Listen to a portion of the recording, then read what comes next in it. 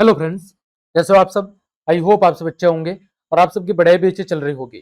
तो प्रिय विद्यार्थियों, कक्षा 6 और 7 गणित विषय की वर्कबुक की सीरीज में आज हम बात करेंगे आधार रेखा मूल्यांकन भाग 2 की।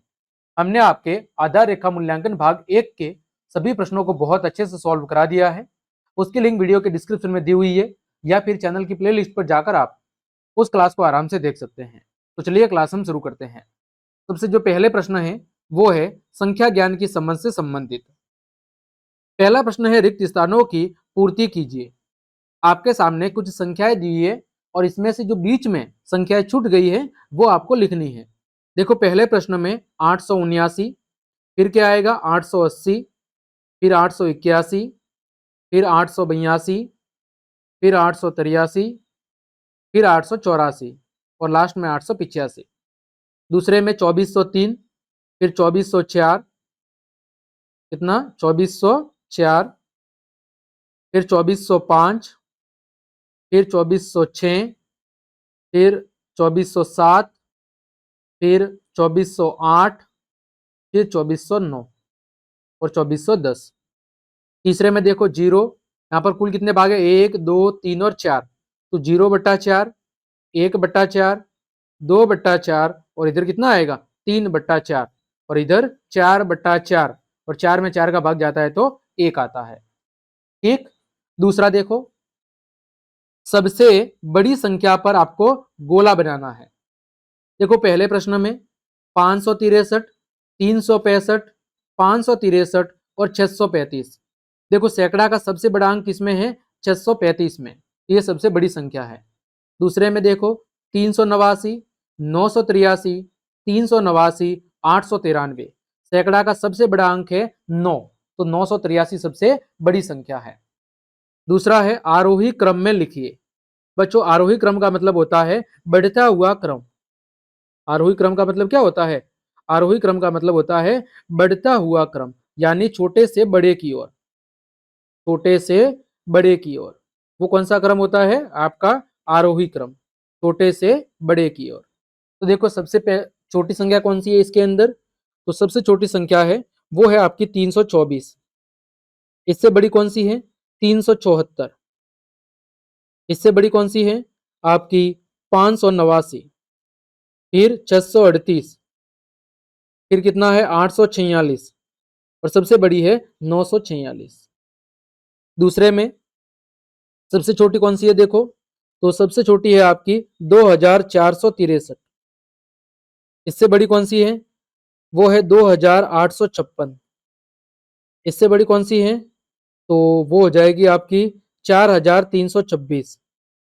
उससे बड़ी 4623 और उससे बड़ी 5632 और सबसे बड़ी है वो है 8423। ठीक। तीसरा, निम्न भिन्नों के मध्य बड़े छोटे या बराबर में से उपयुक्त चिन्ह लगाना है। देखो 3/4 या 1/4। देखो यहाँ पर 4 और 4 हर बराबर है, तो जिसका अंश बड़ा है वो बड़ी है, तो 3/4 बड़ी है। 1/5 3/5, तो कौन सी बड़ी है 3/5। 6/8 और 3/4। तो देखो यहाँ पर इसको मैं 2 से काटूंगा तो 2 तिया 6, 2 से काटूंगा तो 2 2 चौक 8, 3/4 3/4 दोनों आपस में बराबर है। कैसी है, दोनों आपस में बराबर है। तीसरा प्रश्न, निम्नलिखित संख्याओं को अंकों अथवा शब्दों में लिखिए। पहली है 424, तो 424 हम ऐसे लिखेंगे। फिर 8056, तो शब्दों में कैसे लिखेंगे 8000 और 56। ठीक है। फिर दी गई संख्याओं में अंक 5 का स्थानीय मान। देखो पहले के अंदर 5 कौन सा अंक है इकाई का अंक, तो 5 गुणा 1 यानी कि 5। दूसरे में 5 कौन सा अंक है हजार का अंक है, तो 5 गुणा हजार कितना हो जाएगा 5000, है ना। 2/5 को संख्या रेखा पर बताइए। तो देखो ये 0 है, 0/5, ये 1/5 और ये आपका 2/5। फिर ये आपका 3/5, ये 4/5 और ये 5/5 यानी कि 1 होगा, तो यहां पर होगा आपका 2/5। चौथा है दी गई संख्याओं के विस्तारित रूप लिखिए। देखो पहले 8 सैकड़ा, तो 8 सैकड़ा 8 गुणा 100 तो कितना हो जाएगा 800। 4 दहाई, 4 गुणा 10 कितना हो जाएगा 40। 6 इकाई, 6 गुणा 1 कितना होगा 6।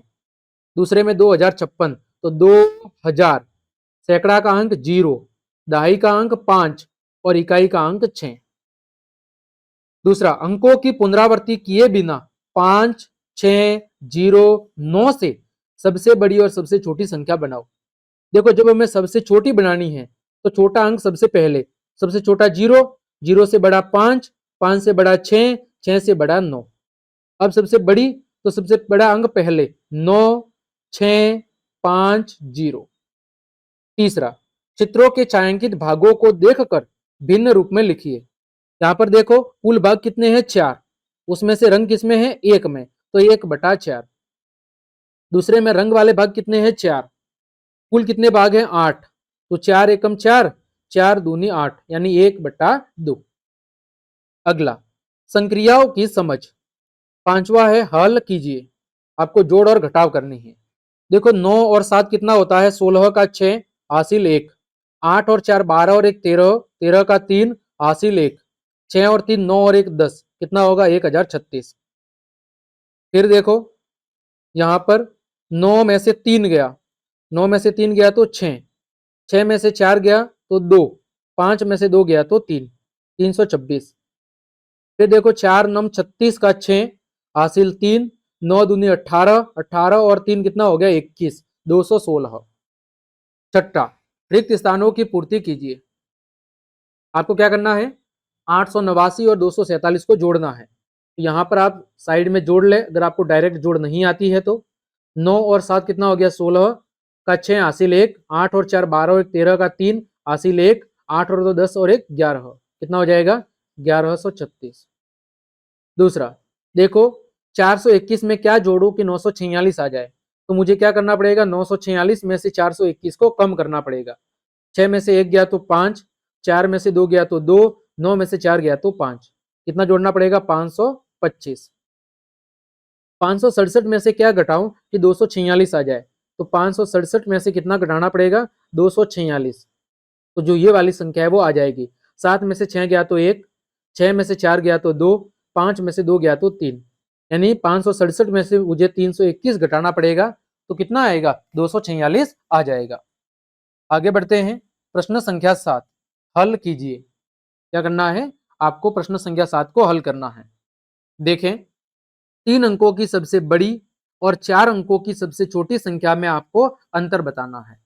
देखो 3 अंकों की सबसे बड़ी, 3 अंकों की सबसे बड़ी कितनी होती है 999, और 4 अंकों की सबसे छोटी, 4 अंकों की सबसे छोटी वो कितनी होती है, तो वो होती है आपकी 1000। दोनों के बीच का अंतर बताना है, तो हम लिखेंगे अंतर बराबर 1000 माइनस 999, तो कितना आ जाएगा 1 अंतर आ जाएगा। दूसरा, एक गांव में 887 पुरुष 896 महिला, तो कुल कितने महिला पुरुष है, लिखेंगे गांव में कुल जनसंख्या,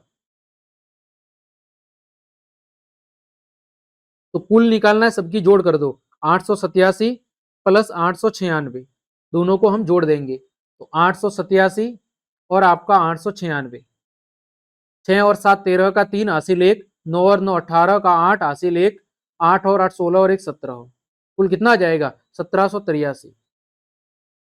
आगे तीसरा, 5 पेन 25 रुपए के आते हैं, तो 10 पेन कितने रुपए के आएंगे, तो यहां पर लिखेंगे 10 पेन की कीमत, 10 पेन की कीमत। देखो एक पेन की कीमत कितनी है बच्चों 25 रुपए, 10 की कितनी होगी 25 गुणा 10 यानी कि 250 रुपए, कितनी होगी 250 रुपए। आगे बढ़े, प्रश्न संख्या 8 हल कीजिए।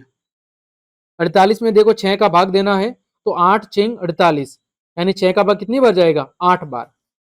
3/4 की तुल्य भिन्न, तो देखो 3/4 को आप ऊपर नीचे किससे गुणा कर दे 2 से गुणा कर दे, तो 3 दूनी 6 और 4 दूनी 8, ये होगी इसकी तुल्य भिन्न।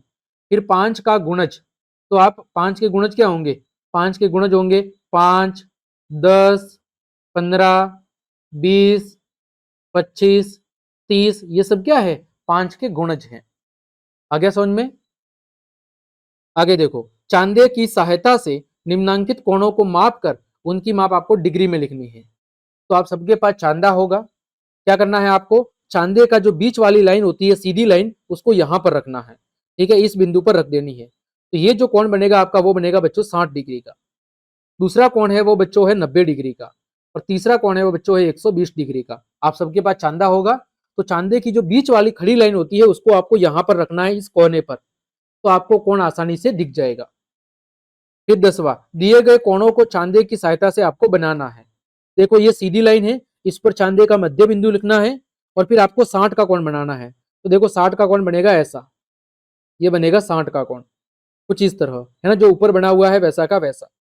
दूसरा कितना है 75, तो देखो 75 कैसे बनेगा, ये अभी हम 60 ऐसे ले रहे हैं, अब की बात देखो तीर ऐसे हैं, है ना, तो यहाँ पर 75 डिग्री कोण कैसे बनेगा आपका,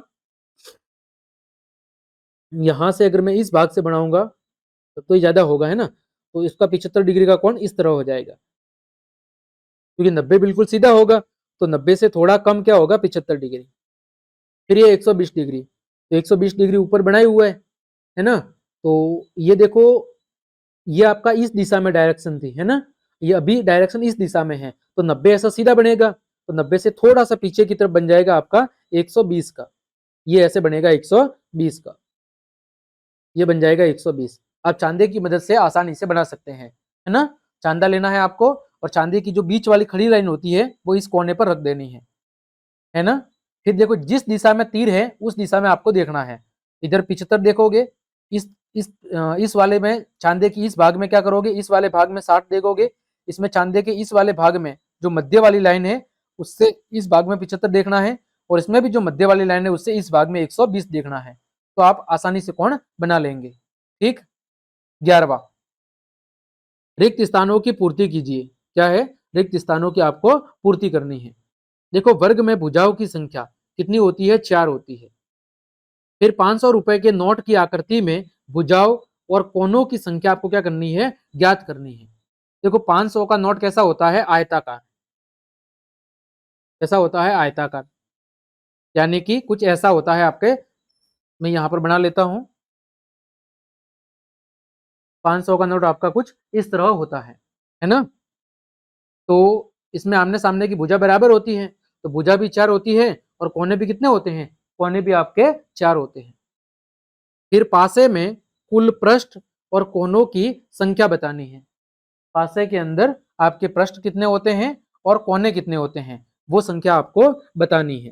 तो आप सबने पासा देखा होगा, अगर नहीं देखा है तो आपके जो, आप सबके पास लगभग मोबाइल होगा, आप गूगल पे जाना और क्या लिखना, पासा लिखना, तो पासा कैसा होता है आपके सामने अच्छे से चित्र आ जाएगा, है ना। तो आप पासे का चित्र देख लेना, और पासा कैसा होता है उसके बाद हम यहाँ पर क्या देखना है, हमें कुल पृष्ठ और कोनों की संख्या देखनी है। तो देखें उत्तर इसका क्या होगा, तो यहाँ पर हम उत्तर लिखेंगे, पासे के अंदर जो फलक होते हैं पृष्ठ वो कुल कितने होते हैं, 6, और कोने कितने होते हैं, तो 8 होते हैं। 12वां, सत्य और असत्य कथनों को आपको क्या करना है, टिक करना है। वह कोण जो दो समकोण के बराबर होता है, दो समकोण मतलब 90 डिग्री प्लस 90 डिग्री यानी कि 180 डिग्री, उसे क्या कहते हैं, सरल कोण कहते हैं। ये बात बिल्कुल सही है। फिर समकोण की माप 90 से अधिक होती है, यह कथन गलत है, क्योंकि समकोण की माप कितनी होती है, समकोण की माप ठीक 90 डिग्री होती है। फिर अधिक कोण एक समकोण के बराबर होता है, यह कथन भी गलत है, क्योंकि अधिक कोण का मतलब होता है 90 से ज्यादा, 90 से ज्यादा, और 180 से कम, वो क्या होता है, अधिक कोण होता है। 13वां, मापन की समझ, 5 किलोग्राम, तो यहां पर देखो बच्चों 1 किलोग्राम में कितने ग्राम होते हैं, 1000, तो 5 किलो में कितने होंगे, 5 गुणा 1000 यानी कि 5000 ग्राम। फिर 6250 ग्राम, 6000, तो 6 किलोग्राम और 250 ग्राम। फिर 2 सही 3/4 किलोग्राम, तो देखो 2 सही 3/4 किलोग्राम का मतलब कितना है, 2 किलोग्राम का मतलब कितना है, तो 2 किलोग्राम का मतलब है आपका 2000 ग्राम। ठीक है। फिर 3/4, तो 1 किलो के अंदर 1000 ग्राम होते हैं, तो 1000 ग्राम का तीसरा हिस्सा कितना होगा, 750 ग्राम। कितना होगा 750 ग्राम। तो कुल कितना हो जाएगा, कुल हो जाएगा 2750 ग्राम। कितना हो जाएगा 2750 ग्राम हो जाएगा। आगे 14वां, रिक्त स्थानों की पूर्ति करो। देखो 1 किलोमीटर में कितने मीटर होते हैं, 1 किलोमीटर में 1000 मीटर होते हैं, ठीक है। और 1 मीटर में कितने सेंटीमीटर होते हैं, तो 1 मीटर के अंदर आपके 100 सेंटीमीटर होते हैं। और 1 सेंटीमीटर में कितने मिलीमीटर होते हैं, तो 10 मिलीमीटर होते हैं। पहला है 2 किलोमीटर यानी कि 2000 मीटर। आगे देखो दूसरा क्या दिया हुआ है, 1111 मिलीमीटर। क्या दिया हुआ है, मिलीमीटर। तो हमें किसमें बदलना है, सेंटीमीटर में। तो किससे भाग देंगे, 10 से भाग देंगे। तो देखो 1111 में जब आप 10 का भाग देंगे तो कितनी बार भाग जाएगा, 111 बार। और पीछे कितना बचेगा, 1 बच जाएगा। आगे देखो तीसरा है आपका 2.25 मीटर। कितना, 2.25 मीटर। देखो सवा का मतलब कितना होता है, आपका चौथा हिस्सा, है ना। तो 1000 का चौथा हिस्सा, 1000 का चौथा हिस्सा कितना होगा, 250। ठीक है, ये क्या होगा आपका 250। तो 1 मीटर के अंदर, 1 मीटर के अंदर मिलीमीटर कितने होते हैं, 1000, है ना। तो 2 मीटर में कितने हो गए, 2000, और 250 ये, तो कितना होगा 2250 मिलीमीटर। 15वां है आपका, वो है रिक्त स्थानों की पूर्ति कीजिए। क्या करनी है आपको, रिक्त स्थानों की पूर्ति करनी है। तो यहां पर 4 घंटे, तो देखो 1 घंटे में कितनी मिनट होती है, 1 घंटे में 60 मिनट होती है। कितनी होती है, 60। 1 मिनट में सेकंड कितनी होती है, 60 सेकंड। देखो 4 घंटे में कितनी मिनट होगी, तो 4 गुणा 60, 4 गुणा 60 यानी कितनी हो जाएगी, 240 मिनट। फिर 160 सेकंड, तो 160 सेकंड, सेकंड में मिनट कितनी होगी, 2 मिनट। 2 मिनट मतलब कितना हो गया, 120 सेकंड। और पीछे कितनी बचेगी, 40 सेकंड। फिर 2.25 घंटे, कितने घंटे, 2.25 घंटे। 2.25 घंटे का मतलब है 1 घंटे 45 मिनट। कितना मतलब है, 1 घंटे और 45 मिनट। 1 घंटे और 45 मिनट। तो 1 घंटे का मतलब कितना होता है, 60, 60 और 45 मिनट। तो ये कितना होगा, 105 मिनट। कितना होगा, 105 मिनट। यानी 2 घंटे के अंदर 15 मिनट कम। ठीक है, पौने का मतलब क्या है, 2 घंटे में 15 मिनट कम। तो 1 घंटा 45 मिनट, यानी 60 और 45 को जोड़ेंगे तो 105 मिनट। आगे 16वां, नीचे दी गई आकृतियों का परिमाप ज्ञात कीजिए। परिमाप क्या होता है, परिमाप होता है आपकी सभी भुजाओं का योग। परि का मतलब होता है चारों तरफ, और माप का मतलब होता है कि चारों तरफ की माप। तो सभी भुजाओं का योग। यहां पर देखो 4 भुजा है, तो 4 गुणा 3.5, तो कितना हो जाएगा, ये हो जाएगा 14 सेंटीमीटर। कितना होगा, 14 सेंटीमीटर। दूसरे में देखो परिमाप है, तो सबको जोड़ दो, 4.5 और 4.5 कितना हो गया, 9। और 2.5 और 2.5 ये कितना हो जाएगा, 5। तो ये भी कितना हो जाएगा, 14 सेंटीमीटर। तीसरे में देखो कितनी भुजा, 1 2 3 4 5 6, तो 5 गुणा 6 यानी कि 30 सेंटीमीटर। सभी भुजाओं की आपको जोड़ करनी है। आगे प्रश्न संख्या 17, विद्यार्थियों को संख्याओं के टैली चिन्ह में लिखिए। विद्यार्थियों को यहाँ पर क्या सिखाना है, संख्याओं को टैली चिन्ह में लिखना। देखो 4 का टैली चिन्ह क्या होता है, 4 ऐसे सीधी लाइन। 7 का क्या होगा, 4 ऐसे सीधी लाइन और एक आड़ी, तो 5 6 और 7। 13 का क्या होगा, 1 2 3 4 और ये 5, 1 2 3 4 और ये 5। 10 1 2 और 3, 10 और 3 13।